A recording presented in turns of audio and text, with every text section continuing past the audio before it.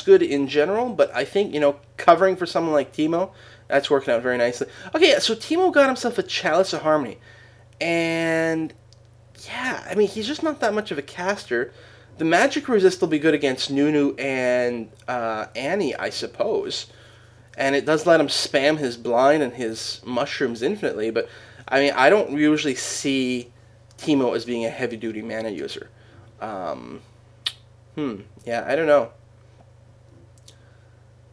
Maybe he doesn't have any runes for mana regen, in which case I suppose it might be hurting a little bit, but still seems like an odd choice to me, but I don't know. I don't really play Teemo a lot. I certainly don't play a lot of Twisted Treeline. Oh, Shen. Wow, poor move. Annie's in a lot of trouble, too, if she tries anything. Ooh, actually, Teemo just took a lot of damage and a Tibbers on the head. But he's going to be okay. He activates his move quick to make sure he can run. Shen is low, and he gets slowed by Nunu. I think... Oh, nice teleport there. Come on, use it to kill him. There we go. Stun on Heimer from Annie, but he's going to be just fine now. This team is all pretty low. Yeah, they're going to decide to back up. Even though the other team is almost completely forced back, they don't want to risk anything. He picks up his Berserker's Greaves. Very nice item on Teemo. The movement speed, of course, always good. The attack speed bonus, very, very nice.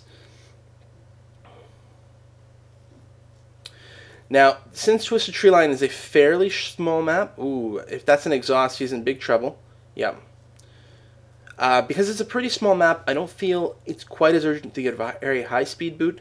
You just want to make sure that ideally you've got a slight speed advantage over your opponents. But other than that, the mobility aspect is not quite as critical as it normally is. And so I'll find myself in a lot of games just getting boots 1 and not upgrading them until the other team all has boots 1, or one of their carries has boots 2 or something like that. So Teemo picks up the red buff. Meanwhile, Heimer does go down.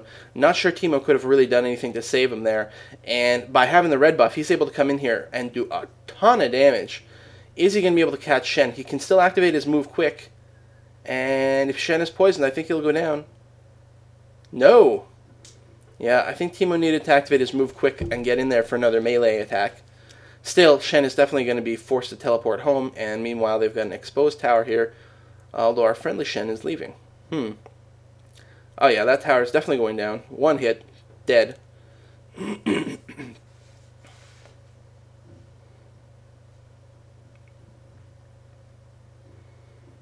Teemo's definitely using his mana, so maybe the Chalice isn't a fine idea, but on this map, I really don't prioritize mana regen as much because it is such a short distance home. And you've got a hero here with a move quick ability, and he did decide to get his boots too, which is fine. But the whole thing means you can go home and refill your mana with very, very little cost to yourself. Very little lost opportunity. I think we're going to be able to grab someone here. Depends on where they go. There was definitely an enemy in the bush. Just not sure which way they're retreating, and apparently neither is blue team. Oh, someone down there.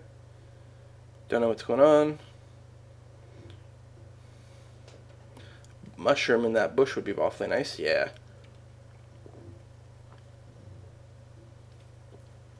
Someone finally going for the dragon. And yeah, that's the other big sign of skill or experience in League of Legends, is how highly you value the neutral mobs.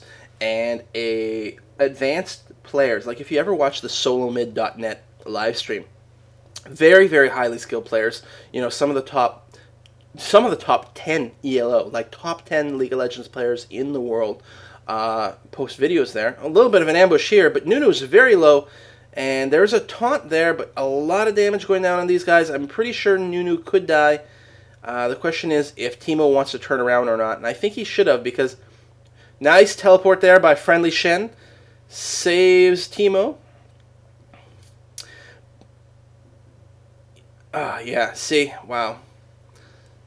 Sometimes you get to the point where you just know you're going to die, and it's worth turning around and applying some damage, because I think Teemo could have, well, they would have aced the team for sure. Now, their Shen might get away. Their Annie might have gotten away too. I didn't notice. I was paying too much attention here. Oh no, they are going to get him. And for the ace. But I think Teemo is going down no matter what. So it may have been worthwhile applying some damage instead. Oh, Shen is leaving. Why are you leaving? Push the tower. Push the tower. Oh my god. So bad. But yeah, those really skill games, when you watch them, you will see, especially on like Twisted Tree Line, level 1, they will take out the lizard. The dragon, they will take out like ASAP. I don't know how soon. I don't know if the dragon spawns right away. If he doesn't spawn right away, then probably they take him out as soon as he does spawn. Like on Summoner's Rift, they know exactly when the dragon is about to appear for the first time, and generally speaking, both teams will go for him right then. So, you know, either one team is going to get the dragon, or there's going to be a huge team fight there, but regardless, they are so important that, you know, the game sort of revolves around them. And the fact that these guys are not constantly farming those buffs means to me they're not 100% experienced. I mean, and I'm certainly not judging them based on my own criteria. There's plenty of games where I ignore those buffs too. My whole team ignores those buffs because I'm not a great player either. But I do know what great players do. They know exactly what level and how many items they need to be able to do all of these neutral buffs, to be able to solo these various monsters or team them up or whatever. Like they've practiced enough that they know exactly how powerful they need to be to get the job done. Oh, nice beats from the tower there. And an ultimate from Nunu, but it's not really going to do a whole lot. That is a sort of a lost ultimate there. Shen is able to escape out of it. And I'm pretty sure this tower is going to go down. Yeah, lots of damage. Very high damage. Oh, I had noticed Teemo picked up the, is it recurve bow? Very high attack speed bonus. So he's doing some pretty serious beats now. Between his boots and the bow, he's got a very, very high attack speed. And so we've got a taunt going in by enemy Shen, but I'm pretty sure, yeah, that is, looks like our team is splitting their damage. Our Shen is teleporting in on Teemo, who was getting focused down a little bit. Their Shen teleports in on Nunu, but it's not enough to counter the huge amount of damage that Teemo is now doing. Teemo's poison, by the way, his passive poison, if you didn't know, applies the damage instantly upon hitting. So he scales up really well with attack speed. And that didn't used to be the case, I don't think. His poison would take like a half second to start ticking. So if you had a really high attack speed, you really weren't taking advantage of the poison. All you would get is the damage over time component. But now it's effectively, in addition to the damage over time, it's effectively just giving you a lot of bonus static damage. Wow, Annie just melts there. She's forced to stick around just a little bit due to the taunt, is not able to retreat back to our tower, and this game is definitely over, folks. But yeah, if you're playing Teemo, attack speed is really quite valuable. Oh, I think, actually, we may go down here because there's a lot of minions. I think there was an Ignite going down, plus Shen has the ability, of course, to jump forward and taunt, so he was definitely going to drop down. What are we buying now? Working towards an Infinity Edge. Maybe. Well, you got a BF Sword, which is a very good item for the money. And the BF Sword and the bow don't really build into anything. Oh, Surrender Vote. That's it, folks. Hope you enjoyed this game, and I will see you next time.